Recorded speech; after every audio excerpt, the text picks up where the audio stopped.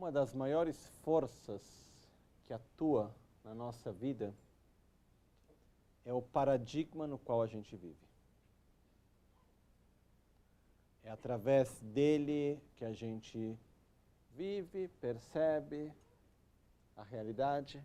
É através do paradigma no qual a gente vive que a gente experimenta cada momento, cada situação, que a gente julga, que a gente projeta, que a gente gera expectativa e assim por diante. A primeira sabedoria relacionada ao nosso paradigma é a sabedoria que nós vivemos dentro de um paradigma. Isso é a primeira, que não é nada óbvia na realidade. Então, o fato é, a gente não está aqui para dizer qual é a verdade. Muitas vezes entra-se em discussões, em debates sobre qual é a verdade. Esquecendo que aquilo que nós podemos chamar de verdade é percebido, vivido através do paradigma de cada um de nós. Então, aquilo que a gente coloca o mesmo objeto no centro de um local e cada um de nós começa a observar esse objeto, a nossa percepção nunca vai ser a mesma. Pelo simples fato de sermos seres diferentes, de termos experiências diferentes. E o paradigma tem um poder enorme, porque dependendo na nossa visão de mundo, a gente vai ter certos objetivos, vamos ter acreditar em certas coisas e como relação a gente vai colocar nossa energia numa direção ou outra e com isso os resultados que nós vamos viver vão ser de uma forma ou de outra. Mas o primeiro passo para hoje que eu queria trazer é a compreensão que nós vivemos dentro de um paradigma. Cada um de nós tem o nosso. Nosso paradigma, ele é resultado, nossa visão de mundo, paradigma, chamamos como a gente quiser, mas é o resultado da nossa educação, das nossas experiências, das nossas vivências como um todo, das pessoas que a gente encontrou, das situações que a gente viveu, do contexto social, cultural no qual a gente cresceu e vive até hoje, né? Tudo isso junto forma a visão de mundo que a gente tem. Da mesma forma que quando a gente tem uma experiência que não é boa, se eu encosto em algo e aquilo queima, cada vez que eu estiver diante de algo parecido, eu vou ter uma percepção, eu vou ter um medo. Isso de onde vem? Da minha experiência. Né? Cada um de nós tem as próprias experiências que foram vivenciadas no decorrer da nossa vida, e quanto mais forte elas foram, maior é a marca que se deixa na nossa própria visão de mundo. Okay? A dificuldade que existe, por um lado, é que essa visão de mundo, esse paradigma no qual a gente vive, ele não é algo conceitual, mas sim muito mais profundo dentro de cada um de nós. Não é algo que se alguém nos explicar que é diferente, vai ser o bastante entender. Porque a nossa visão de mundo, ela não é formada por conceitos, mas sim por experiências. E conceitos que são transmitidos e repetidos tantas e tantas e tantas e tantas e tantas vezes, que a gente, de uma forma consciente ou inconsciente, que gradualmente aqueles conceitos vão entrando dentro de nós, sem que a gente saiba. Okay? Outra coisa importante, o nosso paradigma, a visão de mundo no qual a gente vive, é impermanente, não é estático. E com cada encontro, com cada experiência, com cada informação, com cada vivência, essa visão de mundo, ela vai se modelando, ela vai se transformando um pouquinho por vez. Ela que vai determinar, essa visão de mundo que vai determinar a forma como nós vivemos a vida. O que Buda nos traz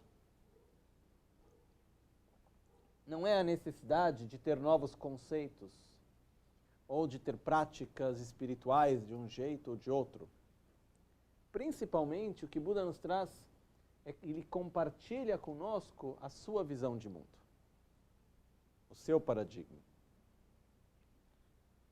E nos traz esse paradigma para que a gente possa abrir a nossa mente que existe outra forma de ver e de vivenciar a realidade e que a gente consiga, dessa forma, vivenciar a realidade de uma maneira que seja mais coerente, menos conflituosa e que acabe nos ajudando a obter aquilo que a gente mais deseja, que é um estado de maior equilíbrio e bem-estar. Ok? Então, eu fui diretamente ao ponto, porque estando atrasado hoje, eu falei, não tem tempo para ficar fazendo muita introdução. Então vamos diretamente no ponto. E a partida é, nós vivemos dentro de um paradigma. A gente precisa ter esta consciência. Eu não sei o quanto que isso é claro para todos vocês. É difícil de entender, de aceitar mais do que de entender. Um outro aspecto que é importante, que ainda é mais difícil ainda de compreender e de aceitar, é que o nosso paradigma não é conceitual. Vou fazer alguns exemplos disso. Quando nós encontramos uma pessoa, e a gente vai reencontrar essa pessoa no dia seguinte, quem a gente acredita encontrar no dia seguinte? A mesma pessoa ou alguém um pouco diferente? A mesma pessoa. E quando passa uma semana, depois de um ano, a mesma pessoa. E depois de 10 anos, a mesma pessoa. Alguma coisa está errada, mas quando a gente vai reencontrar alguém, como que a pessoa surge para nós? Como se fosse a mesma pessoa. É a mesma? Sim e não, no sentido que é o mesmo contínuo, mas o corpo mudou, a mente mudou, a pessoa mudou. Mesma coisa para cada lugar onde a gente vai, para tudo aquilo que a gente vivencia no nosso dia a dia. O que ocorre é que a realidade que é impermanente aparece a nós como se fosse permanente. E o que nós fazemos diante dessa aparência de permanência? Nós dizemos a nós mesmos, olha isso, que coisa mais louca, né? O mundo impermanente fica aparecendo aí como se fosse permanente. Não vamos cair nessa, não. Ou a gente simplesmente, sem questionar, se relaciona com a realidade impermanente como se fosse permanente. Então, o nosso paradigma de vivenciar, que é chamado do agarrar-se à existência permanente daquilo que na realidade é impermanente, faz parte de um paradigma que a gente vive. Tem coisas que a gente sabe que não vão nos fazer felizes e mesmo assim a gente projeta a nossa felicidade nelas? Não no nível conceitual? Várias. A gente sabe que aquilo não vai nos fazer felizes, mas um pouquinho mais mal não vai fazer também, né? A gente sabe que faz mal, mas mesmo assim. Tem coisas que a gente sabe que vão nos fazer mal e mesmo assim a gente projeta como se não fossem elas causas do sofrimento. Ou o contrário, coisas que conceitualmente a gente sabe que não é a causa do sofrimento, mas mesmo assim a gente projeta como se fosse. E nos relacionamos como se fosse. O que é interessante de observar é que a grande maioria de nós, se nós formos guiados, levados, acompanhados, a palavra correta, se nós formos acompanhados a um processo conceitual de ver a realidade, somos muito inteligentes, todos nós. A gente entende as coisas. O problema não é no nível racional. O problema é que a gente tem uma aparência que não corresponde com a realidade. E nós nos relacionamos dentro dessa aparência. Então, aquilo que é permanente, impermanente surge a nós como se fosse permanente. E o que nós fazemos? Nos relacionamos com os fenômenos impermanentes como se fossem permanentes. Aquilo que não é uma causa real de felicidade, o que nós fazemos? Projetamos como se fosse e nos relacionamos dessa maneira. aquilo que não é a verdadeira causa de sofrimento, o que nós fazemos? Projetamos, surge a nós como se fosse, nós nos relacionamos como se fosse, e assim por diante. Então, o objetivo não é aquele de apenas ter novos conceitos ou novas ideias ou ter novos entendimentos. Mas o objetivo é ter certas experiências profundas para que a gente consiga mudar a nossa percepção da realidade. Okay? É um pouco...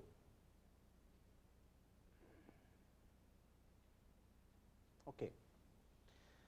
Então, Buda nos trouxe alguns pontos fundamentais através do qual ele compartilhou conosco o seu paradigma, a visão de mundo que ele tinha.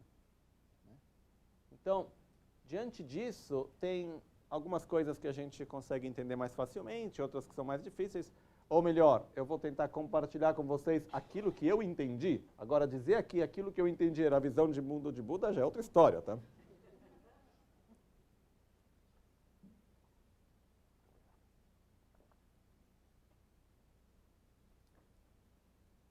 Mas é muito importante a gente começar com esse ponto de partida, que é nós vivemos dentro de um paradigma e o nosso paradigma determina a nossa forma de viver.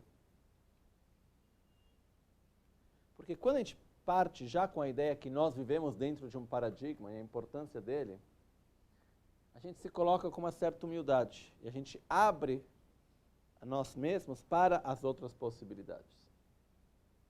Ok? Vamos lá. Então, dentro de todos os ensinamentos de Buda, se diz que Buda ensinou de formas diferentes, a pessoas em contextos diferentes. E por essa razão, depois da morte de Buda, assim chamado Paranirvana, os discípulos se encontraram e se criaram diferentes tradições, assim chamadas as várias escolas dentro do budismo. Isso já na época da Índia, muito antes de ter o budismo tibetano, coreano, chinês, japonês ou o que for. E naquela época se criaram inicialmente 4 escolas, que são as escolas assim chamadas Vaibhasika, Sautantrika, Chittamatra e Madhyamika. A primeira escola Vaibhasika é dividida em 18 escolas, que são 18 lugares onde Buda deu um ensinamento muito parecido, porém tudo que é parecido, por definição, é diferente. Onde tinham algumas pequenas diferenças, e por isso se criaram várias tradições. Dessas 18 escolas, uma delas é assim chamada escola Theravada, ainda conhecida hoje em muitas partes do Sudeste Asiático. Várias das outras 18 escolas, praticamente, no decorrer do século, se perderam. De qualquer maneira, tinha, no decorrer disso tudo, desses séculos, uma das perguntas que foram feitas foi o que determina se uma filosofia, se uma visão de mundo, ela é budista ou não? O que determina se faz parte da visão de mundo que Buda nos trouxe? Então, nas várias escolas filosóficas, tem pontos de vista diferentes, etc. Mas qual é o mínimo necessário para ser uma visão de mundo budista? Para fazer parte da filosofia budista? E se encontraram 4 pontos fundamentais. Okay? Que são chamados os 4 sigilos, os 4 selos. É como um selo de garantia. Então, para que seja a filosofia budista, tem que ter esses 4 selos. Isso foi, se a gente vai, quando na tradição do budismo tibetano, a gente estuda todas as várias escolas de filosofia budista. Se dá mais ênfase para algumas, menos para outras, porém no decorrer dos estudos se passa por todas elas. E um dos pontos de estudo é conseguir mostrar, entender como que cada uma delas tem ou não esses 4 selos. Tem até uma delas que parece que um selo falta, tem um monte de debate sobre isso, etc. Então, não passou o teste de qualidade, um selo está faltando. Aí depois o outro, não, o selo está lá, e tem todo um debate sobre isso. Mas não é o ponto de hoje. O ponto principal não é entender as várias escolas de filosofia budista, e nem é ninguém aqui fazer um doutorado sobre a filosofia budista. O ponto é transformar a nossa visão de mundo. E esses 4 selos são como selos de qualidade para a nossa visão de mundo. não para uma filosofia, porque seguir uma filosofia, mas não fazer dela própria, serve a pouco. O importante não é ser budista ou não ser budista. O importante não é gostar ou não gostar dos ensinamentos de Buda e da filosofia budista. O importante não é se chamar budista ou não. O importante é ter uma visão de mundo coerente e virtuosa. Ok?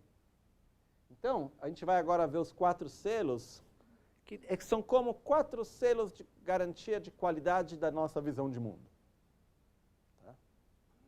E a gente vai ver um por um.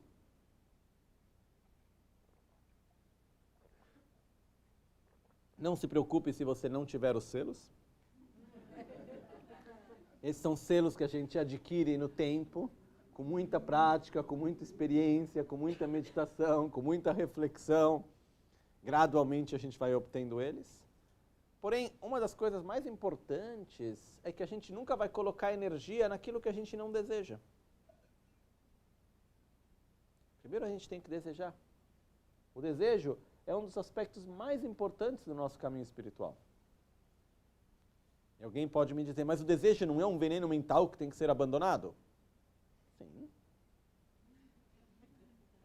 Aqui temos um problema de palavras, de termos. Sim e não. Tem uma palavra em italiano que eu adoro, que é ni. Ni quer dizer si e no. A união de si e no é ni. Então, o que acontece é, o desejo, no caminho à iluminação, o que é que leva o praticante a colocar energia na própria prática, no próprio caminho, etc.? É o desejo. O desejo ele é fundamental, pois o desejo ele direciona a ação. Vamos dizer a verdade, algum momento a gente vai fazer alguma coisa que a gente não sente de verdade que é aquilo que a gente quer? Não. Então a gente coloca energia naquilo que a gente acredita, naquilo que a gente quer, naquilo que a gente deseja. Porém, para desejar algo, a gente tem que acreditar naquilo. E a gente tem que poder se imaginar naquilo. Aí a gente pode desejá-lo. Ok? Uma das formas mais potentes de gerar desejo é se imaginar naquele lugar. Então, se a gente pega desde qualquer coisa, uma coisa material que a gente possa querer, quando a gente se imagina com aquilo, eu não tenho, que bom seria se eu tivesse, a gente começa a se imaginar e isso gera o desejo. Qualquer objetivo na vida, quando a gente começa a se imaginar diante daquilo, aquilo vai nos gerar a energia para ir nessa direção. Então,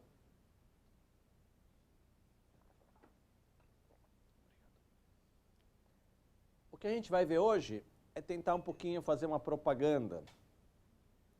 Imagina que a gente estivesse diante de uma propaganda. Compre um paradigma com 4 selos de qualidade. Né? Vamos ganhar os 4 selos de qualidade para o seu paradigma. Né?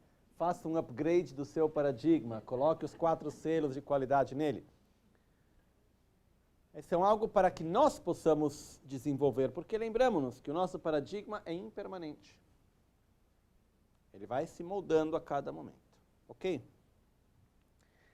Em tibetano, esses 4 selos são chamados Tawakata Gichagyashi.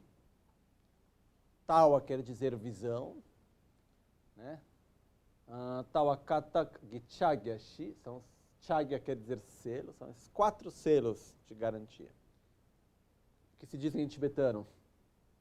Duche tamche mitakpa, sakche tamche dungawa, che tamche tongshi dagmeba, nyangele debe shiwao. Primeiro eu vou dizer quais são, depois a gente vai ver um por um. O primeiro diz, Duche tamche mitakpa. Todos os fenômenos compostos são impermanentes. Duche tamche mitakpa. Sakche tamche dungawa. Tudo que é impuro é da natureza de sofrimento. Chetamche tongshi dagmeba. Todos os fenômenos são vazios e não tem uma existência própria. Nyan ele debe shiwa. Mas, além do sofrimento, se encontra a paz. Ok? Vamos ver agora um por um. Todos os fenômenos compostos são impermanentes, tudo que é impuro é da natureza de sofrimento. Todos os fenômenos são vazios e têm a falta de uma existência própria. E, além do sofrimento, se encontra a paz. Ok?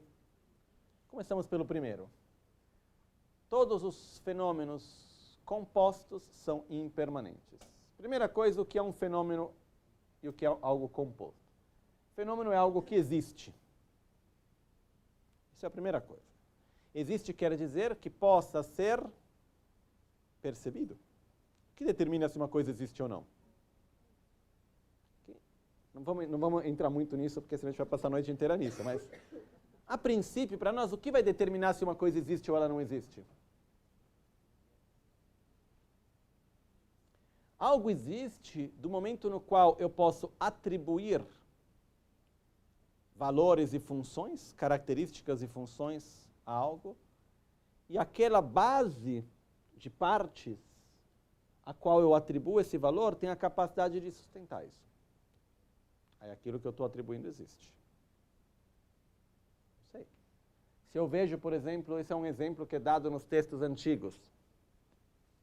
Está um pouquinho escuro e eu vejo um coelho passar. E o coelho está com as olheira para cima. Orelha para cima.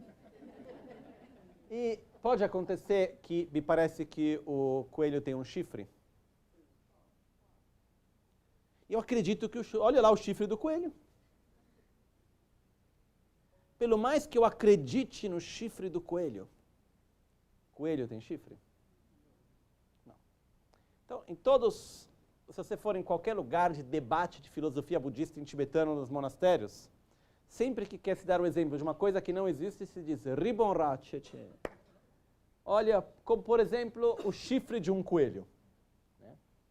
Aí teve até uma época no começo de Photoshop e tal, que alguns monges, pessoas que viviam fora do monastério, começou a ter acesso à mídia digital. Aí foram lá, pegaram, juntaram um coelho com um chifre e mandaram para o monastério, falando, não é verdade, existe chifre de coelho. Mas o ponto qual que é aqui? Algo vem a existir do momento no qual eu acredito, eu atribuo um valor, e do outro lado, existe uma correspondência que possa sustentar as características e as funções que eu estou atribuindo. Isso que determina se uma coisa existe ou não. O que é um fenômeno? O que é algo que existe? Na verdade, essa é uma pergunta que parece óbvia, mas ela é bem complexa. Ela pode abrir muitas portas de reflexão por muito tempo. Mas não vamos agora entrar nisso de uma forma muito, muito detalhada, ok? Mas a base é tudo aquilo que existe e que, por sua vez, é composto. Então, aquilo que existe é aquilo que pode interagir, pode ser percebido, e daí, quando é percebido pelo observador, tem a capacidade de sustentar as características e os valores atribuídos sobre ele. Porque existem coisas que o observador pode, entre aspas, perceber, mas que não tem a capacidade de sustentar. Vou fazer um exemplo banal. A gente não roubou, alguém vem e fala, você roubou. A pessoa acredita plenamente que eu roubei. Mas eu sei das minhas ações. Eu sei que eu não roubei. O que faz da percepção da pessoa se eu roubei ou não ser uma verdade ou não, ser um fenômeno? Porque o fenômeno é uma verdade, algo que existe, ser uma existência, um fato ou não, o fato de eu ter roubado ou não. O fato de alguém acreditar ou o fato daquilo que foi projetado ter características que possam sustentar aquelas funções e aquelas características em si. Ok? Cada coisa pode ser vivida de 1000 formas diferentes. O fato dos fenômenos serem relativos não quer dizer que não existam percepções errôneas. Uma percepção errônea é quando eu vou atribuir um valor que não pode ser sustentado pelo conjunto das partes a qual eu atribuo esse valor. As partes podem ser pessoas, momentos, ações, objetos, aos quais eu vou atribuir um valor. Se a união dessas partes tem a capacidade de sustentar o valor atribuído, é real, existe. Se não, não, é uma percepção errônea. Ok? Então, fenômenos, todos os fenômenos compostos. O que são fenômenos compostos? É tudo aquilo que depende de causas e condições. É aquilo que existe dentro de uma constante interação. E alguém poderia me dizer, mas tudo é assim? Não. Abrimos essa porta ou não? Só estou olhando para o relógio. Bem rapidamente, tá? Sem entrar em muitos detalhes. Existem fenômenos compostos e fenômenos não compostos. Um fenômeno composto é aquele que tudo aquilo que é material é composto, ok? A mente é composta. E são fenômenos que estão constantemente em interação. Tudo aquilo que interage, inevitavelmente, muda, se transforma. Ok? Então, todos os fenômenos compostos, pois interagem, são compostos porque eles têm partes, e as partes vêm de outras coisas, são causas, condições, resultados. Ok? Tudo aquilo que interage constantemente é impermanente. Quais são fenômenos não compostos? Vou fazer um exemplo.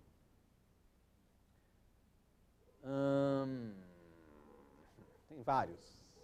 Na verdade, existem mais fenômenos não compostos e, pois, então, permanentes do que fenômenos impermanentes. Tá?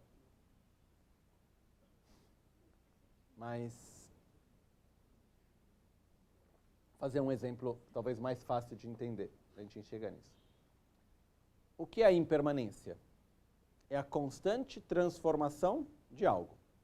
Okay? Algo é impermanente porque está constantemente em transformação. A definição de impermanência é, em tibetano, eu digo em tibetano porque o som é bonito, é Kechik-Kechik-Jikpa, ou Kechikma.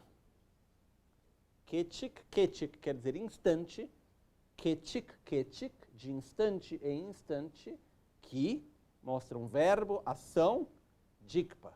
Quem faz a ação?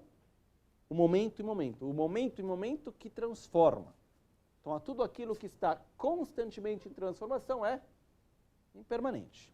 Ok? A impermanência de hoje, ela existe ou não? A impermanência é uma realidade ou é uma ilusão? Uma realidade. A impermanência existe. A constante transformação existe ou não? Sim. O que é a constante transformação? O que é a impermanência hoje? A constante transformação do fenômeno em si, do objeto em si. O que era a impermanência ontem? Era diferente de hoje? E amanhã, o que vai ser a impermanência amanhã? Vai ser igual a hoje? Vai ser sempre a constante transformação ou vai ser algo diferente amanhã a impermanência? A constante transformação. E daqui a 20 mil anos, o que vai ser a impermanência? A constante transformação. Pois então, o conceito generalizado de impermanência é, por sua vez, permanente. Ok? Todos os conceitos generalizados são, por sua vez, permanentes. Ok? E não é porque é um conceito generalizado que não existe. A impermanência existe. Mas a impermanência é um conceito generalizado. Ok? Então, quando se diz todos os fenômenos compostos, é porque se fosse dito todos os fenômenos são impermanentes, filosoficamente está errado. Porque existem fenômenos que não são impermanentes. E não é o assunto de hoje. Ok? E por incrível que possa parecer, são muito mais os fenômenos permanentes do que os fenômenos impermanentes. Ok? De qualquer maneira, não vamos ter que entrar nisso agora. Já a gente saber que existem fenômenos permanentes já é um bom passo. Mas o que ocorre? Por que um dos pontos mais importantes é dizer que tudo aquilo que é composto está constantemente em transformação? É difícil de entender isso? É difícil de entender que tudo aquilo que interage se transforma? Não é difícil, né? Vamos ver agora onde se encontra o nosso próprio paradigma. Quando a gente olha para os fenômenos compostos, como que eles surgem a nós e como nós nos relacionamos a eles, como sendo permanente ou impermanente? Permanente. Então, qual é o problema, o que gera se relacionar com os fenômenos compostos, pois então impermanentes, como se fossem permanentes? Qual que é o resultado disso? Porque, bem, eu quero ter a minha visão do mundo que não corresponde, e daí?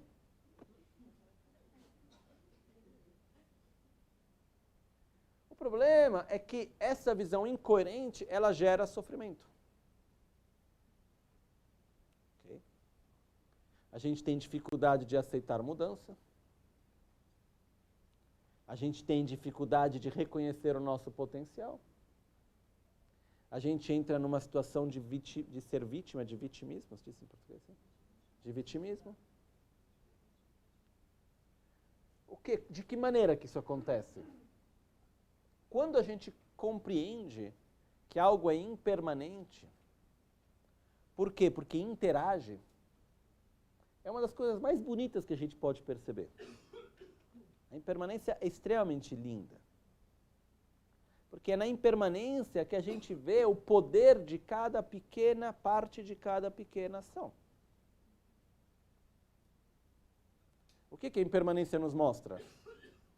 Que tudo que é composto, tudo aquilo que a gente vê, escuta, todos os objetos dos nossos sentidos, estão constantemente interagindo uns com os outros. E que cada pequeno movimento, cada palavra que a gente disser, cada escolha que a gente fizer, cada movimento que a gente fizer, cada pensamento que a gente tiver, interage com o todo. E daí vem o nosso poder de mudança, de transformação. O fato de compreender que os fenômenos são impermanentes nos ajuda a entender que na realidade eles são perfeitos. Perfeitos não no sentido que não possam se tornar melhores. Perfeitos no sentido que tudo aquilo que existe no momento presente e no passado não poderia ser diferente. Vou explicar isso melhor, tá?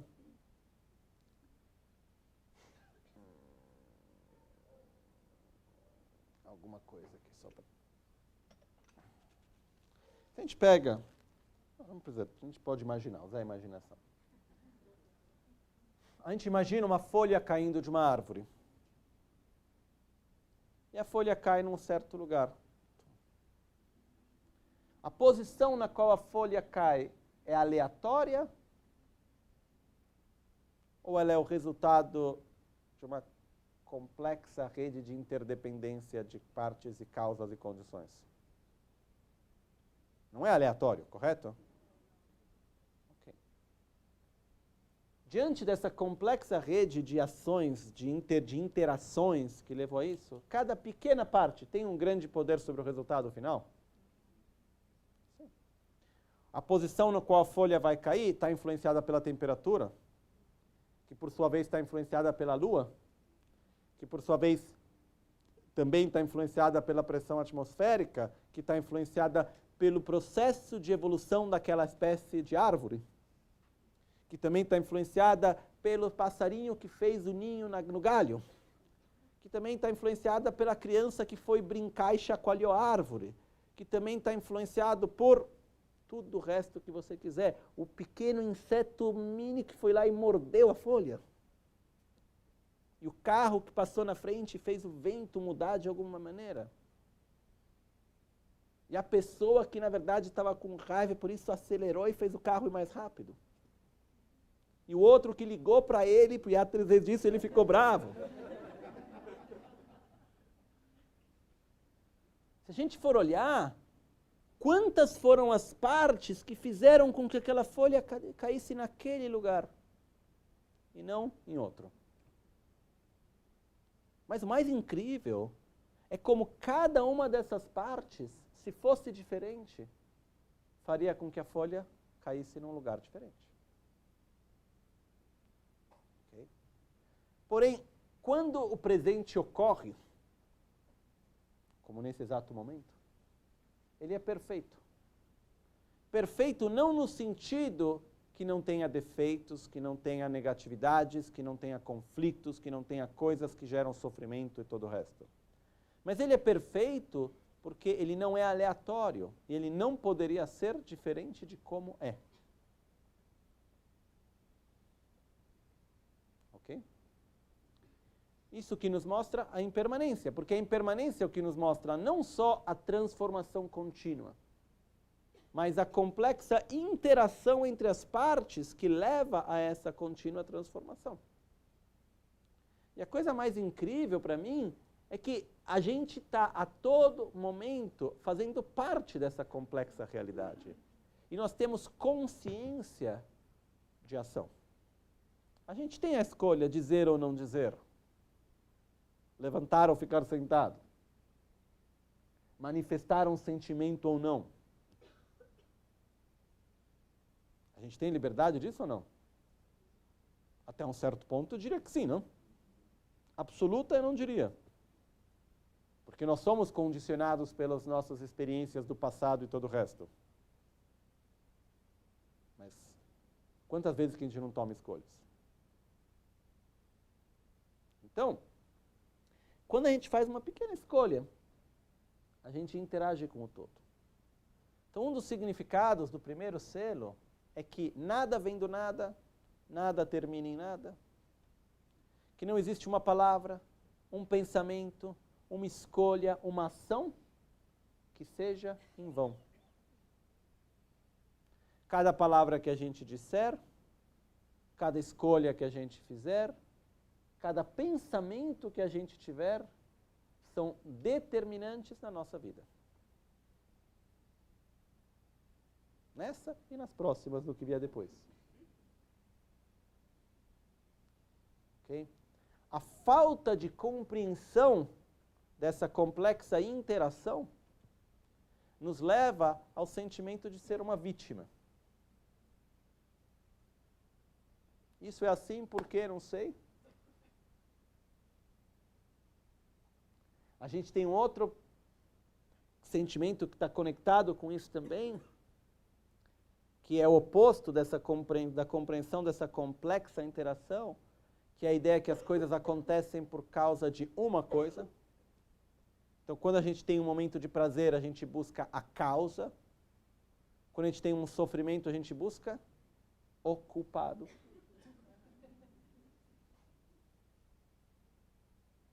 Ou não? Sim. Na nossa própria vida, é uma coisa que é interessante de observar. Quando a gente tem uma sensação de prazer, a gente simplesmente aproveita o momento do prazer ou a gente tenta entender por que a gente está sentindo prazer? E tenta apontar o dedo para alguma coisa. E quando a gente tem um sentimento, uma sensação de mal-estar, de sofrimento, qual a nossa tendência? Eu não estou me sentindo muito bem, deixa eu me acolher, deixa eu fazer algo para me sentir melhor, daqui a pouco vai passar. Ou a gente tenta apontar o dedo para qual é a causa, o culpado, ou a culpada daquele momento, daquela sensação de sofrimento. A realidade é que não existe nenhuma sensação que a gente possa ter que não é o resultado complexo de inúmeras causas criadas no passado e condições presentes no momento presente. Tudo aquilo que a gente vive é uma coisa extremamente complexa. Então, nesse mesmo instante, o fato de eu ter ideias, sentimentos, mistura uma coisa que eu entendi com aquilo que eu senti, com a intuição que vem, mistura tudo isso dentro. Transformar isso em sons, que tem a vibração que vai no ar, que tem aquele monte de negocinho pequenininho, aí ela pode explicar melhor, claro, no ouvido, mexendo. Tem os pelinhos lá dentro que vão perceber o movimento do ar. E tem uma parte do nosso cérebro que vai interpretar aquilo. E através disso a gente vai escutar sons aos quais nós vamos atribuir conceitos, pois nós crescemos dentro de uma língua onde a gente atribuiu sons com os conceitos, e através disso, a princípio, eu posso estar transmitindo um conceito, uma experiência para uma outra pessoa. Não é incrível? Não. A complexidade que existe nesse momento nisso é tão grande. Mas, normal. O que ocorre, o que eu quero dizer é só que cada vivência que a gente tem, cada momento da nossa vida, tudo aquilo que a gente vive, cada pequena sensação no nosso corpo e na nossa mente, é o resultado de uma quantidade, não digo infinita, mas como se fosse infinita de coisas do passado e do presente que se unem e interagem. Coisas do passado são causas que ocorreram antes, e no presente, condições, aquilo que está no momento presente, que nos permite ser o que somos e viver o que vivemos. Então, ter o primeiro selo não é apenas ter a compreensão que as coisas mudam. E quando tem uma mudança maior, a gente fala, não vou sofrer porque eu sou budista. E Buda disse que as coisas são impermanentes. Ótimo, legal, mas um pouquinho mais. De verdade, a gente coloca o selo que fica bem lá, que não sai mais. Quando a gente tem a percepção não conceitual da complexa interdependência, da complexa interação na qual a gente vive. E, inevitavelmente, a constante transformação do corpo, da mente, do ambiente. Okay? Um sinal simples, bobo, da nossa visão de permanência é que quando acontece uma coisa ruim, a gente sofre e se preocupa que eu não posso passar toda a minha vida assim. Eu já escutei isso tantas vezes. E normalmente o que eu digo é não se preocupe, toda a vida não vai ser assim. Pode melhorar ou pode piorar, mas assim não fica. Então se vai piorar, aproveita agora que está assim. Se vai melhorar, não se preocupa muito porque tanto vai melhorar. Mas uma coisa eu posso te dar certeza, assim não vai ficar. E quando a gente tem uma coisa boa, qual que é a fala que a gente escuta? Que seja assim para sempre. Eu quero que seja assim para sempre. Isso é uma das coisas, quando a gente tem uma coisa boa, a gente olha para ela, a gente fala, eu quero que seja assim para sempre, você está começando a destruir ela naquele momento. Por quê? Tem uma razão lógica por detrás disso. Porque no momento no qual eu tenho algo bom, e eu me apego àquele momento, eu falo, quero que seja assim para sempre, eu estou fazendo uma fotografia daquele momento, e eu não vou conseguir aceitar aquilo dentro do seu processo natural de transformação. Eu vou começar, mesmo quando continua sendo bom, não vai ser bom o bastante porque não corresponde com a minha fotografia.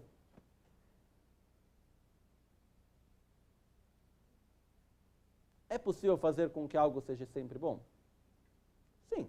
Como? Mantendo uma interdependência positiva. Interagindo sempre de uma forma boa. A gente vai transformando constantemente de uma forma legal. É possível. Mas do mesmo e idêntico jeito, não fica. Um outro aspecto que traz esse primeiro sigilo, primeiro selo, é a forte responsabilidade que a gente toma das nossas próprias ações, da nossa própria vida. Toda a parte da lei do karma, assim por dizer. Karma não é destino.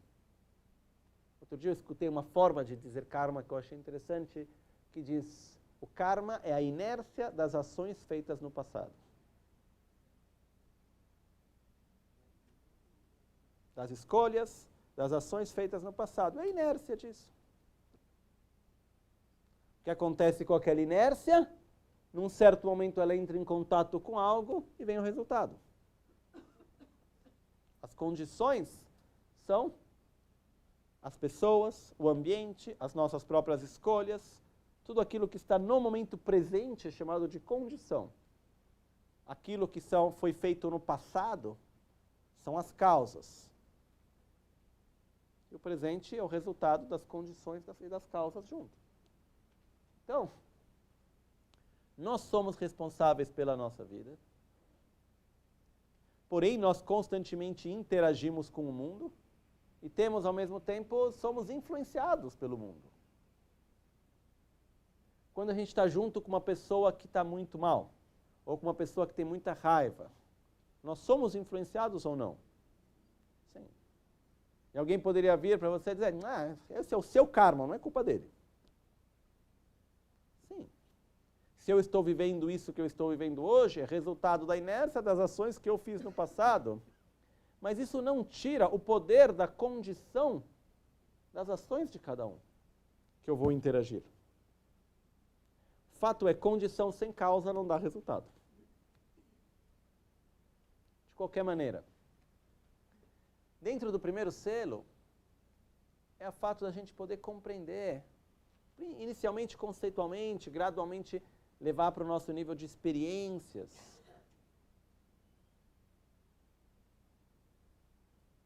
que não existe o culpado, que não existe a vítima.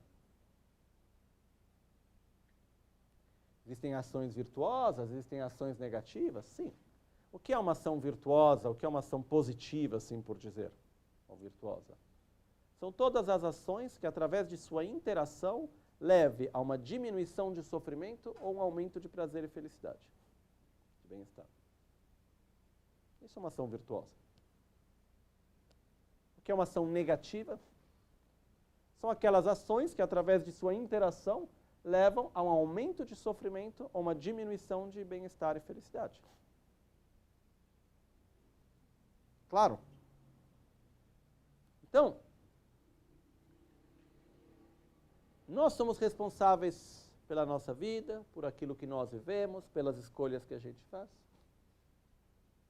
A gente vive num mundo que é, entre aspas, perfeito. Porque as coisas são como elas podem ser nesse momento. Por exemplo, eu vejo hoje em dia muita insatisfação e dor relacionada à nossa situação sociopolítica do Brasil. Ou não? Sim, não? Se a gente para olhar a nossa situação do momento presente do Brasil no qual a gente vive, ela foi criada unicamente hoje ou nos últimos anos, ou são séculos e séculos que tem aí por detrás?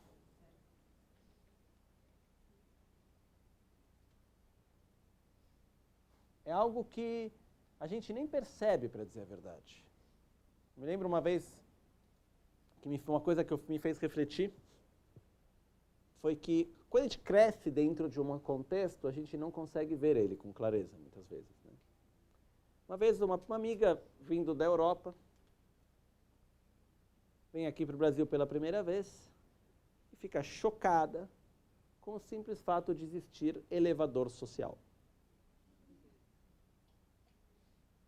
E não conseguir conceber o porquê que precisa de 2 elevadores. Que é um sinal super claro de uma divisão social.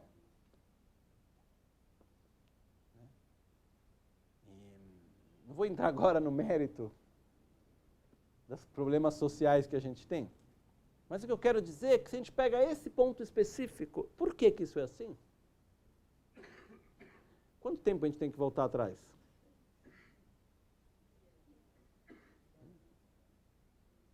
Alguns séculos, talvez? Até chegar onde foi, como começou, como foi criada essa nação.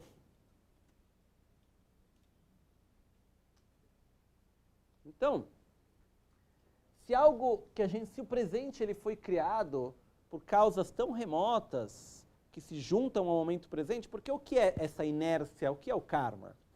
São potenciais que estão aí.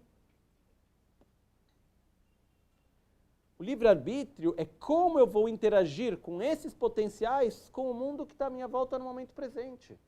As possibilidades são infinitas. A gente não está condenado a nada. O que nós temos é um passado que a gente deve escolher como usar ele no presente. Que bom que a gente tem consciência que nos permite de escolher de uma forma boa ou ruim. Mas a gente tem essa liberdade. Então, no momento no qual o nosso passado, cada parte dele forma o momento presente, é como uma doença crônica pode ser curada com uma pílula? Ou ela requer um processo longo? Requer um processo longo. Como que a gente pode querer ou esperar de mudar algo que é o resultado de uma interação complexa de muito tempo com pequenas ações ou em um momento imediato? Não é possível. É possível mudar dentro de um processo longo, indo na direção certa. Longo, eu quero dizer, de algumas gerações. Essa é a minha visão pessoal. De qualquer maneira, voltando para a impermanência. Que bom que as coisas são impermanentes. Mas, mais ou menos, no sentido que, de novo, o que quer dizer que é impermanente? Não quer dizer que acaba. Também. Uma vez eu fui falar com um mestre super importante na nossa tradição, história, chamado Latti Rinpoche. Latti Rinpoche foi um dos principais discípulos de Trijang Rinpoche, mestre de Lama Gangchen, mestre do Dalai Lama. Latti Rinpoche, na história contemporânea do budismo, foi um dos mestres mais importantes. Eu tive encontros pessoais com ele poucas vezes, mas sempre foram muito pontuais. Ele sempre me disse algo que eu não esperava escutar. E numa dessas vezes, ele tinha lá toda uma situação bem complexa, difícil, triste, muito pesada também. Não vem ao caso agora abrir ela. E depois dele ilustrar ela para mim, ele fala, mas que bom que tudo é impermanente, né? Algum momento vai mudar. Então, por um lado, sim, aquilo que começa mais cedo ou mais tarde, acaba. Porém, nada acaba e nada começa, tudo se transforma.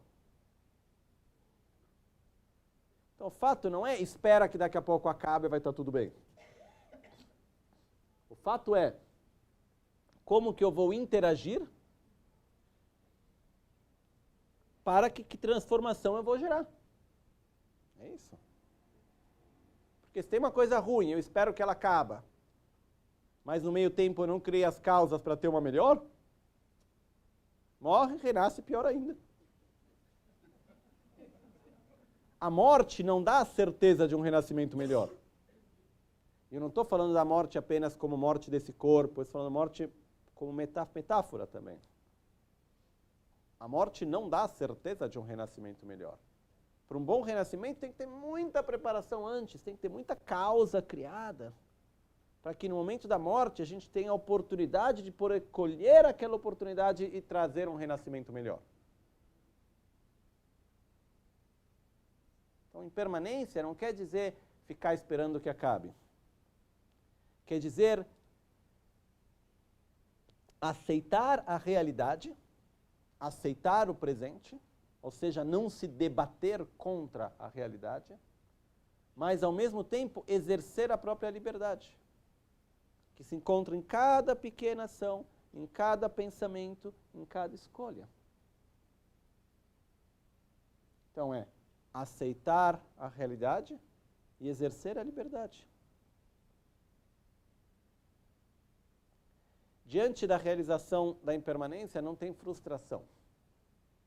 Porque existe uma humildade que vem como resultado de não achar que o mundo deveria ser como eu acho que ele deveria ser.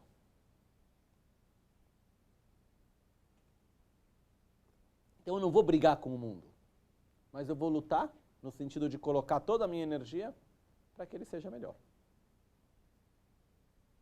Não sei se é clara a diferença. Okay? Porque muitas vezes a gente passa... Hoje eu vou entrar nos outros selos logo já, mas só uma parênteses rápida. Muitas vezes a gente passa muito tempo perdido em discutir quem tem razão, em vez de colocar energia na solução. Hoje uma pessoa me lembrou um evento que ocorreu na minha vida, quando alguns anos atrás eu estava fazendo lá os mandalas, lá em Albaniano, uma coisa, e um fornecedor deveria ter trazido uns parafusos e não trouxe em tempo. Não vou entrar agora em detalhes. A pessoa que que era o meu fornecedor direto, ele não recebeu do fornecedor dele, toda uma história lá. Ele ficou meio passado porque eu não quis brigar. Eu não reclamei, eu falei, ok. Porque naquele momento eu tinha tanta urgência de resolver o problema, porque eu tinha um cronograma para respeitar, eu tinha lá que inaugurar na data, tinha tudo aquilo, que o meu pensamento é, eu não vou gastar energia onde não precisa. Ok, qual que são os fatos? Parafuso não tem. Não. Ok. Muito bem. Vai chegar no tempo que eu preciso? Não. Ligo para outros fornecedores. Alguém consegue me dar os parafusos que faltam no tempo que eu preciso?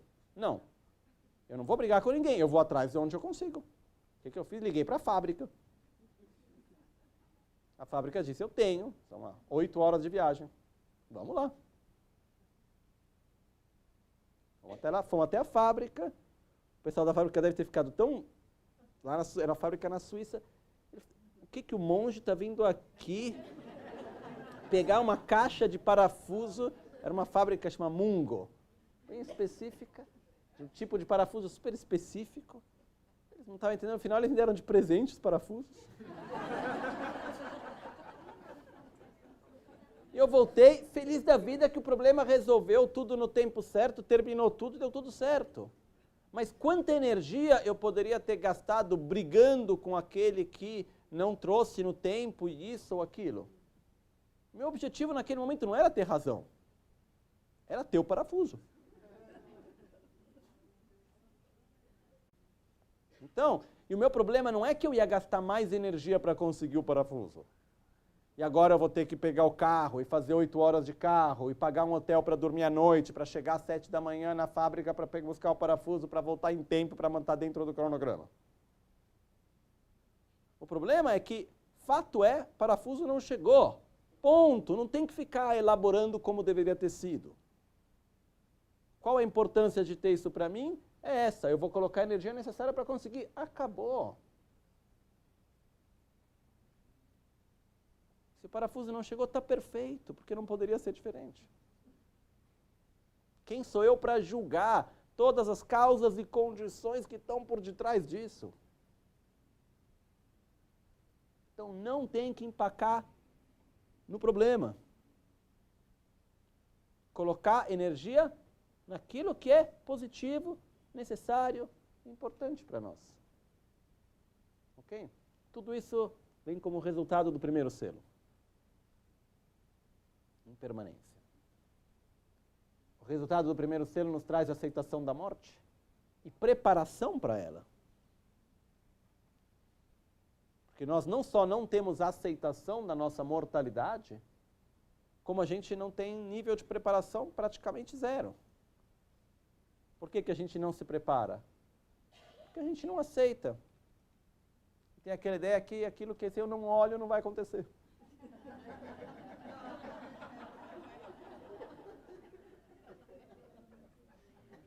Mas o dia que acontece, eu estou pronto ou não estou pronto?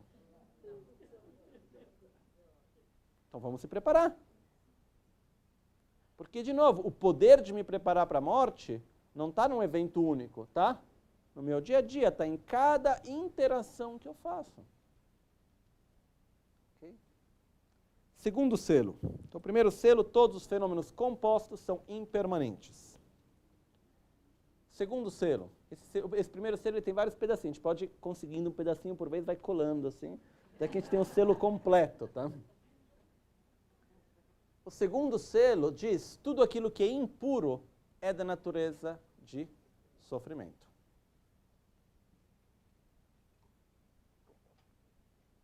O que quer dizer se algo é puro ou impuro?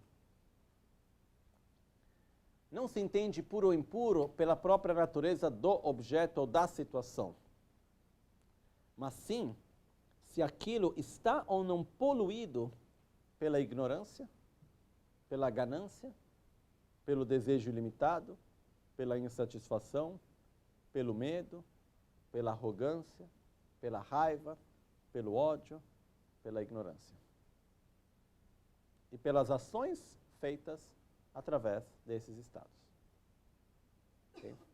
Em poucas palavras, o segundo selo nos diz: se os meus óculos estão sujos, eu vou ver as coisas mal. Se eu tenho óculos verde, que cor eu vou ver a montanha nevada? Verde. Ou a concha do mar? Verde. Existe concha rosa? Concha? Tem conchas rosas. Mas eu estou pensando na concha branca. Em tibetano a palavra é concha branca, tunkarpo. Mas existe concha, aquelas conchas branquinhas. Né? Neve é o melhor exemplo, que neve rosa ou pinta ou que no Brasil não é o melhor exemplo. Mas o que eu quero dizer é, em poucas palavras, se a gente tem uma lente de uma certa cor, a gente vê a realidade dessa cor. Ok? Enquanto a nossa lente, o nosso filtro estiver poluído, nós vamos ver a realidade suja. Então, nós poluímos tudo aquilo com o qual nós interagimos. Através do quê? Das nossas expectativas. Pelo mais que uma coisa seja boa, se ela não corresponde à nossa expectativa, a gente vive ela com sofrimento? Sim. Estamos poluindo aquilo. Pelo mais que uma coisa seja pura e boa para nós, se a gente polui aquilo com a nossa inveja, com nossos ciúmes, com a raiva, com o apego, com o medo, a gente vive aquilo com sofrimento? Sim. Tudo aquilo que é impuro é da natureza de sofrimento. O que esse selo nos diz? Que é inútil buscar a felicidade, um estado de estabilidade interior, de satisfação, de eliminar o sofrimento, através do mundo que está à nossa volta. Porque eu posso criar as condições mais perfeitas e maravilhosas.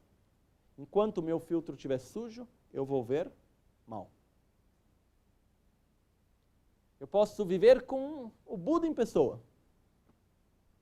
Eu posso conseguir compartilhar minha vida com alguém que esteja sempre do meu lado, que me ama, que é inteligente, que é correto, uma pessoa maravilhosa, que não tem raiva, que não tem inveja, que não tem ciúmes, um ser perfeito do meu lado. Vou ficar bravo que é perfeito demais. Uma vez aconteceu que eu fui na Universidade da Terceira Idade, perto de Milão, uma cidade chamada Cornaredo. E eu dei uma palestra lá à noite, né, conversei com as pessoas que estavam lá, e no final uma senhora me disse: como você foi arrogante e agressivo. Me explica por quê? Você pode me explicar, me ajudar a entender por que eu fui arrogante e agressivo? Ela falou: a gente aqui com tanto sofrimento e você vem aí com toda essa paz, com todo esse sentimento bom. Né? Por quê? Se a gente está sofrendo e vem alguém que está super bem e a pessoa está bem diante do nosso sofrimento, não pode parecer um ato quase de agressão a nós? Eu já passei pela situação de, para conseguir estar diante de uma pessoa que está mal, mas não fisicamente, mas normalmente emocionalmente, mentalmente a pessoa está mal, tentar me conectar com a pessoa e não conseguir achar onde coloca a chave ou qual chave usar, e a única chave que eu encontro na hora é manifestar sofrimento. Porque a pessoa não consegue conectar, porque diante de como eu estou mal, como que você pode estar bem? que eu quero dizer é o seguinte, que se a gente não está bem, não importa onde a gente vai, com quem quer que a gente esteja, a gente vai sofrer. Se a gente tem uma forte insatisfação, não importa o que eu conseguir, a posição que eu tiver no trabalho, a pessoa que eu tiver ao meu lado, materialmente o que eu conseguir, qualquer coisa que for, não vai ser o bastante. E é super interessante de observar, porque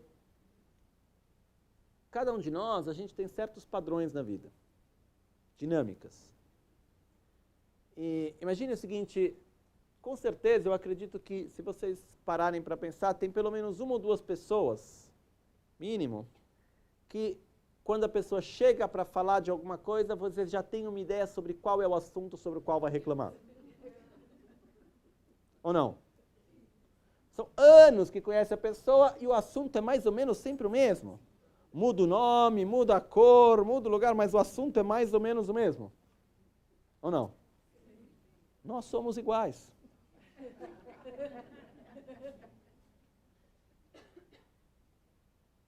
A gente não é tão criativo assim. Por quê? Porque o filtro é o mesmo.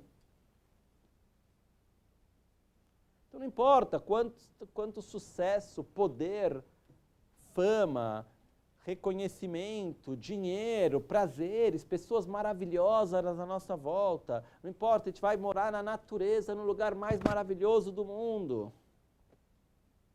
Eu me lembro de uma pessoa que tinha dificuldade, uma pessoa que eu tenho profundo respeito por ela. Não era uma pessoa assim que não tinha preparação, ao contrário, tinha muita preparação, mas ela tinha dificuldade que ela achava que as situações em volta dela faziam barulho e acabava atrapalhando ela. Então, morava num contexto que já era no campo. Aí para meditar foi para outro lugar. Aí num lugar, depois de pouco tempo, quis mudar porque tinha muito passarinho. Aí foi para outro lugar e o problema era porque tinha o barulho da água do rio. O que eu quero dizer é que se o ouvido é o mesmo, aí se a pessoa entra numa câmera totalmente protegida de qualquer barulho, pior ainda, porque começa a ouvir o barulho do próprio coração, do sangue na veia. O ponto que eu quero chegar é que nós acreditamos, dentro do nosso paradigma, nós acreditamos, não conceitualmente, mas profundamente na utopia materialista. Nós acreditamos que nós vamos deixar de sofrer e vamos ser verdadeiramente felizes quando o mundo à minha volta for como eu acho que ele tem que ser. Quando eu não tiver mais o problema disso, quando aquilo for daquele jeito, quando eu morar em tal lugar, quando a pessoa do meu lado for desse jeito, quando eu não tiver mais que ter que falar com aquela outra pessoa, quando meu corpo for assim, quando aquilo for assado, eu vou ser feliz. A gente passa a nossa vida tentando ser feliz através de obter os objetos de desejo, evitar os objetos de aversão e tentando não se separar dos objetos de apego. Só que a gente esquece que no meio disso tudo existimos nós mesmos. Com a nossa raiva, inveja, ciúmes, medo, todo o resto. Então o segundo selo, ele requer uma transformação na forma de viver profunda. Porque o que ele nos traz é a pergunta do que eu quero. De verdade, não conceitualmente. De verdade o que eu quero. Porque realizar o segundo selo, transcender essa utopia materialista não é nada óbvio. Mas, de novo, ele é feito de vários selinhos. A gente vai colocando um por vez. Até que uma hora a gente completa. Mas eu acho que ele está bastante claro, ou não? Okay. Então, é importante a gente compreender isso com a gente mesmo. Na verdade, é um equilíbrio que existe entre três partes, que é o ambiente, que nos influencia. O ambiente são as pessoas com quem a gente vive, as situações que a gente vive, o meio ambiente dos elementos, o nosso corpo, do outro lado. Nosso corpo também tem uma importância enorme. E, no meio, a gente tem o eixo, que é a nossa mente. O ideal é a gente viver num ambiente saudável, ter um corpo saudável e uma mente saudável. Temos equilíbrio. Porém, a gente tem muito controle sobre o ambiente no qual a gente vive? A gente não tem muito controle sobre as pessoas à nossa volta, sobre a natureza, se faz frio, se faz calor, se tem poluição, se não tem. A gente tem controle sobre se a gente vai gerar muita poluição ou não, isso é outra coisa. Mas a gente não tem tanto controle sobre o ambiente. Sobre o nosso corpo, qual o nível de controle que a gente tem? Um pouquinho melhor, talvez. Porém, qual é a tendência do nosso corpo? Primeiro parece que está indo a nosso favor, aí tem uma hora que começa a ir contra. Pelo mais que a gente tome conta dele com carinho. Ou não? Isso é natureza. Okay? Então, no meio disso tudo, o ambiente é importante, o corpo é importante, porém, um ambiente difícil, com um corpo doente, com uma mente saudável, o que a mente faz? Ela vai jogando o eixo para um lado e para o outro e mantendo o equilíbrio. Um ambiente bom, com um corpo saudável, com uma mente doente, não tem equilíbrio algum. Segundo selo nos traz isso. Então, o que quer dizer aplicar no nosso paradigma segundo selo? Deixar de culpar os outros. Lembrar que cada vez que a gente vive uma situação de sofrimento, de dificuldade, onde a gente reage com raiva, com inveja, com ciúmes e qualquer outra coisa, o objeto da raiva, do ciúme e da inveja não é nada mais do que uma condição que está fazendo acordar, manifestar algo que existe dentro de nós. Então, o processo correto não é de mudar o mundo, mas é mudar nossa atitude. Então, focar que a minha prioridade é a minha riqueza interna. Eu vou fazer isso através das minhas ações, através de um processo de familiarização, de um treinamento interno meu. Ok? Terceiro selo. Todos os fenômenos são vazios e não têm uma existência própria.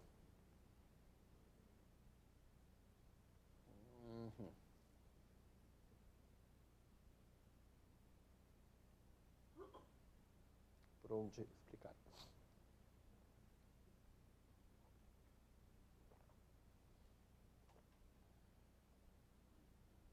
Quando a gente olha para algo, por exemplo, o nascer do sol de manhã, não sei quantos de vocês, eu mesmo, tem muitas oportunidades de ver o nascer do sol. Todos os dias, mas não sei quantas vezes a gente de verdade colhe essa oportunidade. Eu, por exemplo, adoro quando eu acordo muito cedo. Eu tenho a oportunidade de ver o nascer do sol. É maravilhoso, só que acontece raramente. São as incoerências da vida. De qualquer maneira, né?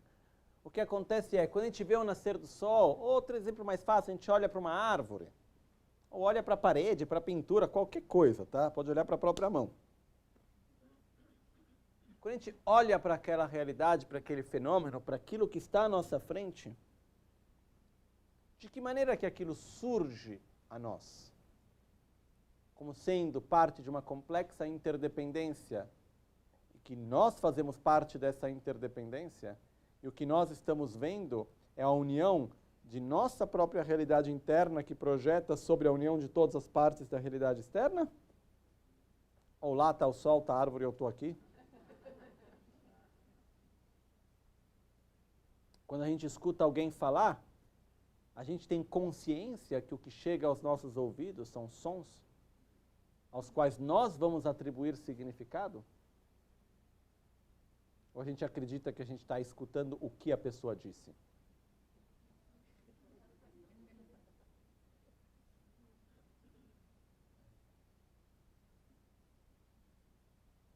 Quando a gente vê algo, aquilo surge a nós como sendo objetos, pessoas e assim por diante?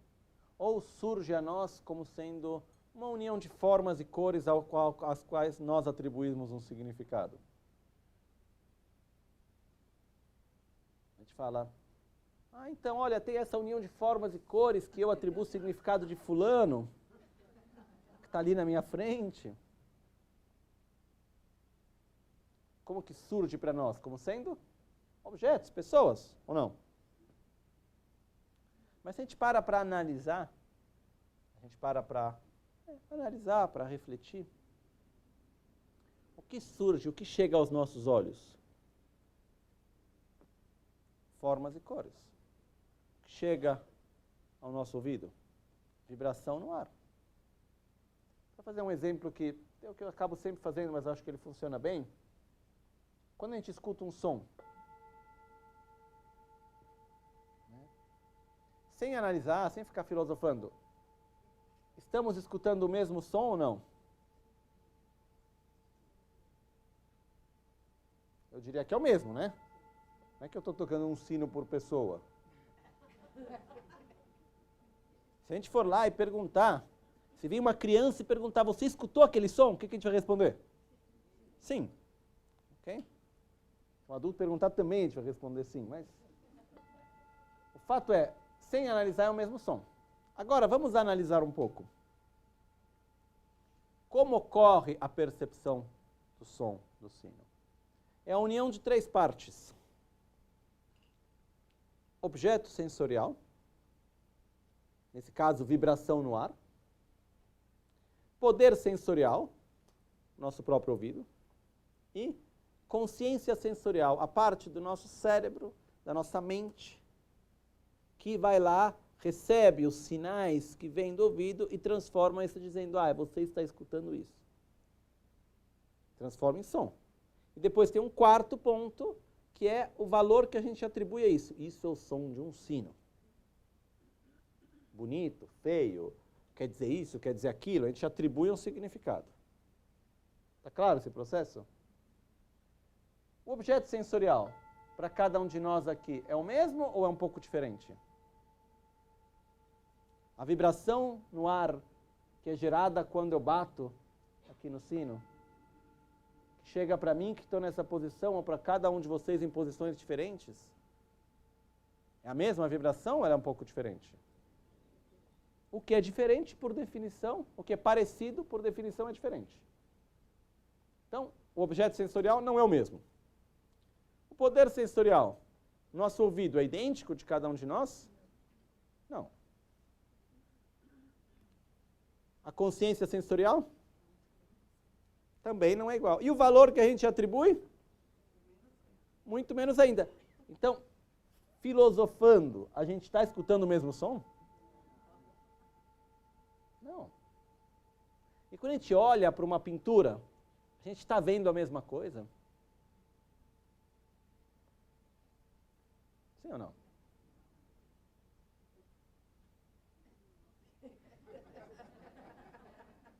O pior é que não. Ou melhor, não sei, pior, melhor, não sei.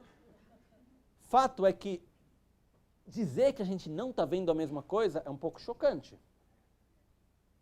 Desestabilizante. Mas efetivamente, o que eu vejo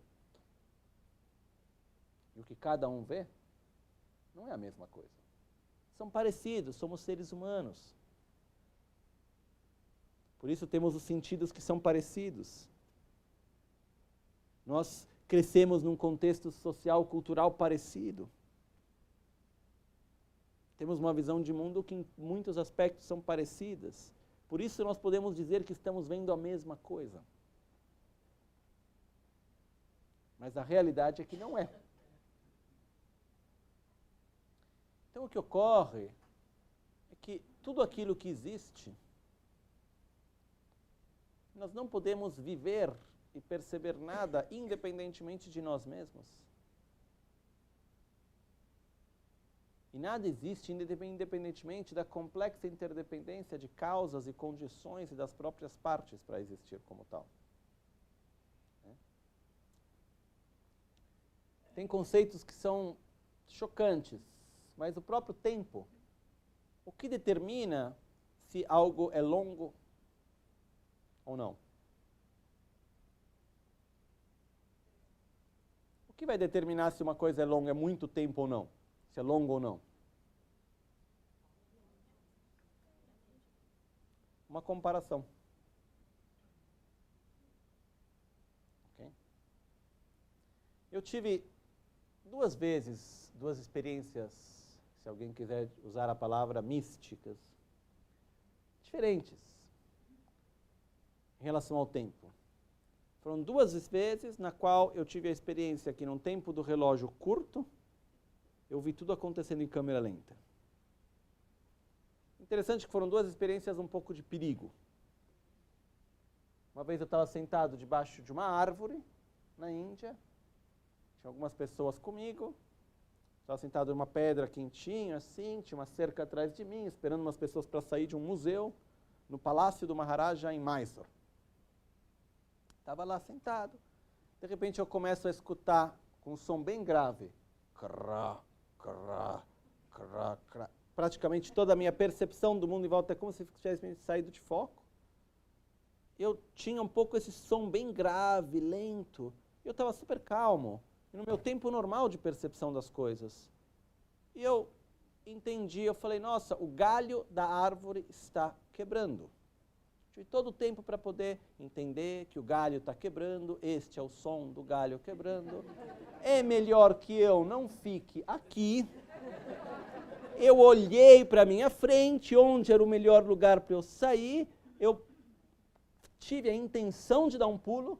No momento que eu me movi para dar o pulo, eu pulei uns 2 metros para frente, assim, de repente. Aí o tempo voltou para o normal e o galho caiu naquele instante em cima de onde eu estava sentado, quebrando a cerca, tudo. Era um galho desse tamanho. E outra vez, numa cerimônia, eu estava com esse objeto chamado Dorje, especificamente o que está aqui dentro. Eu estava aqui, tem um momento no qual você tem que jogar no fogo substâncias. Eu estava jogando, e uma coisa que não deve acontecer é deixar com que o Dorje solte e caia no fogo, tá? Isso não deve acontecer. E uma vez eu estava em Albaniana, fazendo puja de fogo de tara, se eu não me engano. Aí eu estava lá e no que eu jogo as substâncias, solto o Dorje da mão. E de novo eu tive a experiência de tudo em câmera lenta. Eu só via o Dorje fazendo assim, bem devagarzinho. E aí eu tive o tempo para olhar. Ah, o Dorje saiu da mão. Olha ele aqui. Eu preciso pegar ele de volta. Tive todo o tempo para pensar em tudo, direcionar onde eu vou colocar a mão, onde eu vou fazer. Aí quando eu tive o impulso, peguei ele rapidamente e voltou tudo normal. Mas para mim, essas duas experiências que eu tive, elas me mostram uma simples coisa. Que o tempo é totalmente relativo. O que determina se é longo ou é curto é o observador. Não é nada mais do que isso. E aquilo que para nós pode parecer muito longo é porque é a nossa referência que faz com que pareça muito. Ou é a nossa referência que faz com que pareça pouco. Pense no espaço. O que determina se é grande ou pequeno? 1 quilômetro é grande ou é pequeno? Grande, a princípio. Diante do universo? Pequeno. Mas um conceito que eu só vou tocar nele é que, para mim, ele me tocou muito quando eu cheguei a perceber. Olhando para a minha unha, uma vez andando no carro. Aí, eu comecei a observar, e eu falei, muito bem, se eu dividir a unha, quanto que eu posso dividir ela? Eu vou lá, dividir, meia unha, 1/4 de unha, 1/10 de unha, vai dividindo, dividindo, dividindo, dividindo, dividindo, dividindo. Quanto que eu posso dividir? Infinito. Ok? Então, Se eu expandir para fora da unha, quanto espaço existe fora da unha se eu expandir? É infinito. Vou usar uma palavra que, acho que em português não sei se existe, não existe, mas passa a ideia. Expandir. Não existe, mas passa a ideia. É expandir para dentro. Tá? Então, se eu expandir, quanto espaço existe dentro da minha unha? Existe mais espaço fora ou dentro? É igual. Isso é meio chocante. Mas o que determina o espaço é o observador. Porém, nós, na nossa percepção da realidade, a gente vê a realidade como sendo objetiva, independente, absoluta. E não temos a consciência que nós vivemos na realidade que ela é relativa, subjetiva, interdependente entre o observador e o objeto observado. Esse é o terceiro selo. O fato que nada existe de uma forma autônoma, independente, objetiva, mas tudo existe numa complexa interdependência entre as próprias partes, entre causas e condições e com o observador. Ok? Não vamos entrar em mais detalhes sobre isso, mas eu acho que em grande linha deu para passar a ideia. Ok? E, na verdade, essa é a chave para tudo, porque quando a gente consegue ter a realização desse selo, aí não tem mais espaço para raiva, para inveja, para ciúmes, para nada que gere sofrimento. É a chave principal para tudo. O quarto selo, ele é relativamente simples, querendo bastante complexo, porém, ele diz, além do sofrimento se encontra a paz. Esse selo ele é fundamental na visão de mundo budista. Porque ele nos diz, cada um de nós, sem exceção, tem o potencial para sair do sofrimento. Sem depender de ninguém, a não ser de si mesmo. Então, por que é possível eu sair do sofrimento? E aqui, o quarto sigilo, ele diz, a natureza de nós mesmos é pura. Nós temos uma natureza pura. E aqui alguém poderia me dizer, mas se a minha natureza é pura, por que eu estou impuro? Onde foi que deu errado? Porque se eu tenho uma natureza pura, em que momento que acabou sujando? E se sujou, de quem é a culpa, né? Fui eu que sujei, foi alguém que sujou. De onde vem isso? E aqui tem um ponto importante, que é o significado das palavras, porque tem muita coisa que a gente acha que entende, mas não entendeu coisa nenhuma. E essa é uma delas, normalmente. O que quer dizer que uma coisa é pura ou limpa? Né? Como diz o mantra, Om Swabhava Shuddha, Sarva Dharma Swabhava Shuddhoham. Om, Swabhava, natureza, Shuddha, pura, limpa, Sarva, todos fenômenos, Dharma, fenômenos. Om, todos os fenômenos são da natureza pura. Swabhava Shuddhoham, eu sou da natureza pura. O que quer dizer por puro? E essa mesma palavra Shuddha, em sânscrito, ela que pode ser traduzida como puro, mas pode ser traduzida como limpo também. O que quer dizer que uma coisa está pura, que ela está limpa? Ela é pura, limpa, no momento no qual ela está livre de impureza, livre de sujeira. Ok? Então, qual é a sujeira da qual, na nossa natureza, nós estamos livres? Que a nossa natureza está livre de qual sujeira?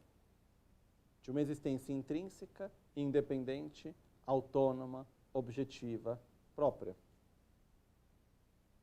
Pois nós somos interdependentes. A nossa natureza é pura porque nós não existimos intrinsecamente como seres ignorantes, com raiva, inveja, ciúmes e todo o resto.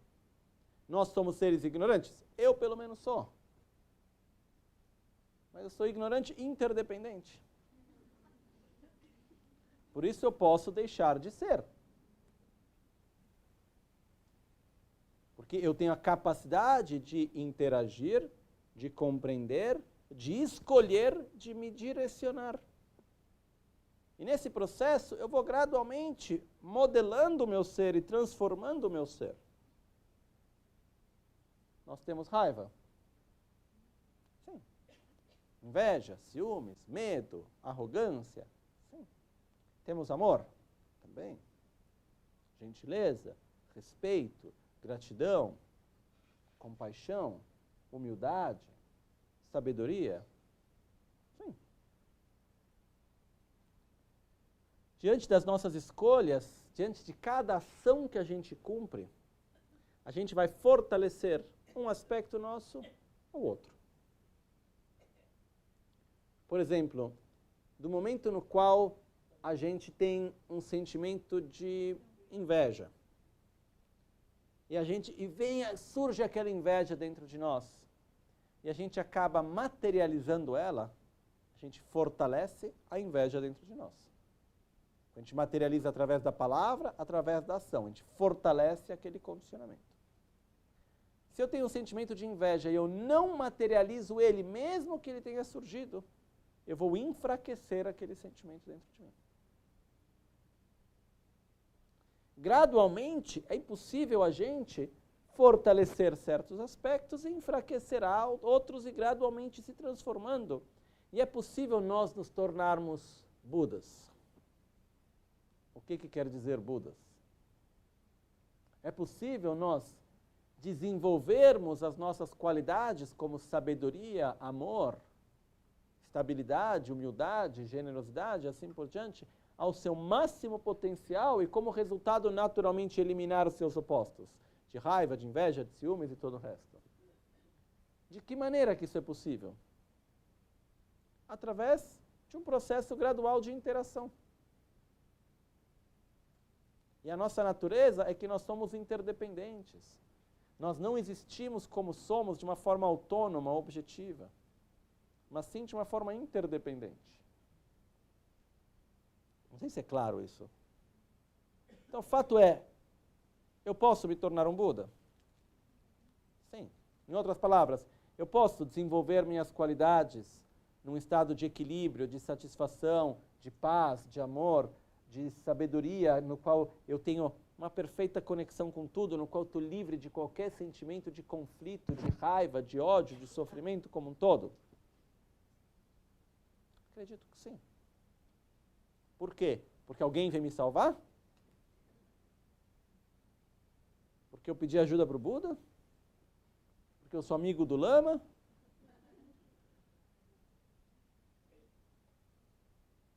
Não. Porque a minha mente é interdependente. Porque eu, como todo, sou interdependente. Escolhendo de seguir um caminho que me leve a um estado de maior bem-estar é o que vai acontecer. É fácil? Não, mas é possível. Então, um dos pontos fundamentais na visão que Buda nos traz é acreditar em nós mesmos.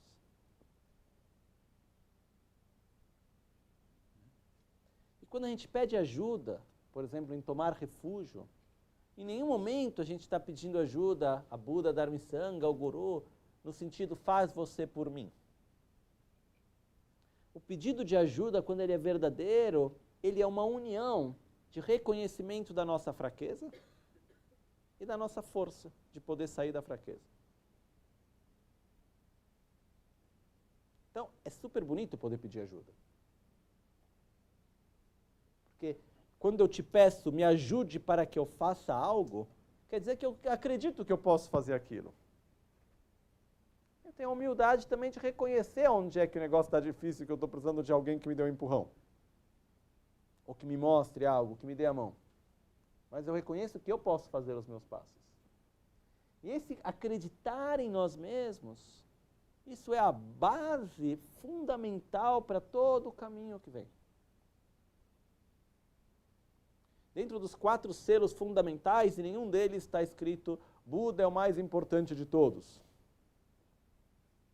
Faça o que Buda vai lhe dizer e vai dar tudo certo. Não é isso. O selo fundamental diz, você é capaz. Eu sou capaz. Eu posso. Eu posso diminuir a inveja, os ciúmes, o medo, a raiva, tudo. Vai demorar? Vai. Mas é possível. Por que é possível? Porque eu sou especial? Não. Simplesmente porque eu sou interdependente. Eu estou constantemente interagindo com tudo. E aquilo que eu sou é o resultado da interação. Então, se eu interagir de uma certa forma, eu vou numa certa direção. Se eu interagir de outra, eu vou em outra direção. E nós temos essa liberdade, esse potencial dentro de nós. Porém, uma das coisas mais difíceis é acreditar no nosso próprio potencial. Eu já vi em vários contextos, a gente acredita no Buda, acredita no Guru, acredita no Dharma, mas em si mesmo deixa um pouquinho para lá. Quem sabe? Então, o 4º selo fundamental é, nós temos que acreditar em nós mesmos, pois, indo mais além do sofrimento, existe um estado real de paz que é possível. E é possível porque nós somos interdependentes. Então, se a gente agir de uma maneira que seja virtuosa, positiva, nos leva a isso. Em poucas palavras, é isso. Então, o que a gente deve, o que é bom nesse sentido, é a gente poder gradualmente ver se, a primeira coisa, reconhecer que nós temos uma visão de mundo. Nós vivemos dentro de um paradigma.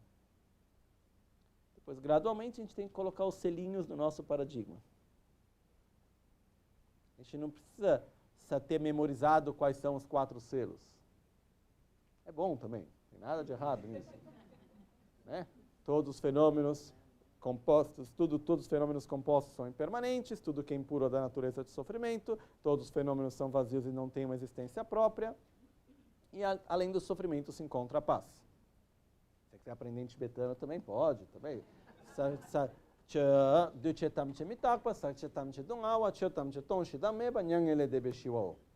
Ok. Mas o fato real é que a gente tem que observar o nosso paradigma e gradualmente conseguir aplicar esses selos no nosso paradigma. O nosso objetivo é chegar, nossa, eu tenho meu paradigma certificado. A gente conseguiu o primeiro selo, uau, já é uma grande vitória. É um processo de vidas. Mas tem uma boa notícia, quando a gente coloca um selinho lá, quando morre ele continua. De vida em vida a gente leva ele com a gente. Porque é profundo, não é só externo. Mas enquanto isso, a gente tem que primeiro compreender, analisar, refletir e nos treinar.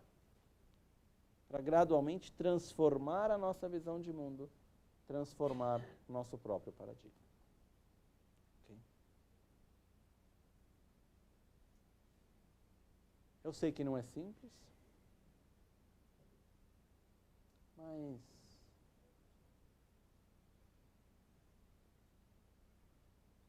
se fosse simples, a gente explicava simples, né?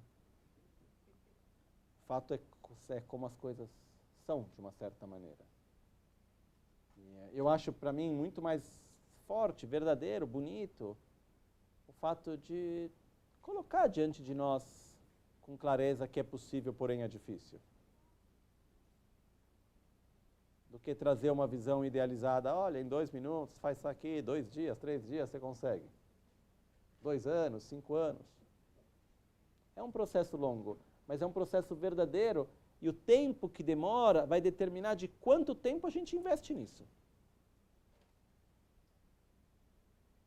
Não é, aprendi os 4 selos, agora espera, coloca o cronômetro, daqui a pouco chega lá. Quanta energia eu vou investir da minha vida para a minha mudança de paradigma? Essa é uma escolha que a gente tem. Ok? Então eu peço a todos que, se vocês acreditam que é algo importante, tentem colocar um pouco de energia nisso, o quanto possível, da melhor maneira possível. Ok? Fazer as dedicações. Jetsun lame kutse rapten chianam kartin le chochur gepadang losan tempe dreme sasum ki drove munsel tatu ne gyurch nimo delle tsendele nime kuyan delekshin Ninsen taktu delekpe, kuncho sumke jingelo, kuncho sumke ngodrupsol, kuncho sumke trashisho. De sol a sol, à noite ou ao meio-dia, possam as três joias conceder-nos suas bênçãos. Possam as três joias ajudar-nos a alcançar todas as realizações. Possam as três joias espalhar muitos sinais auspiciosos no caminho de nossas vidas. Muito obrigado a todos e nos vemos amanhã.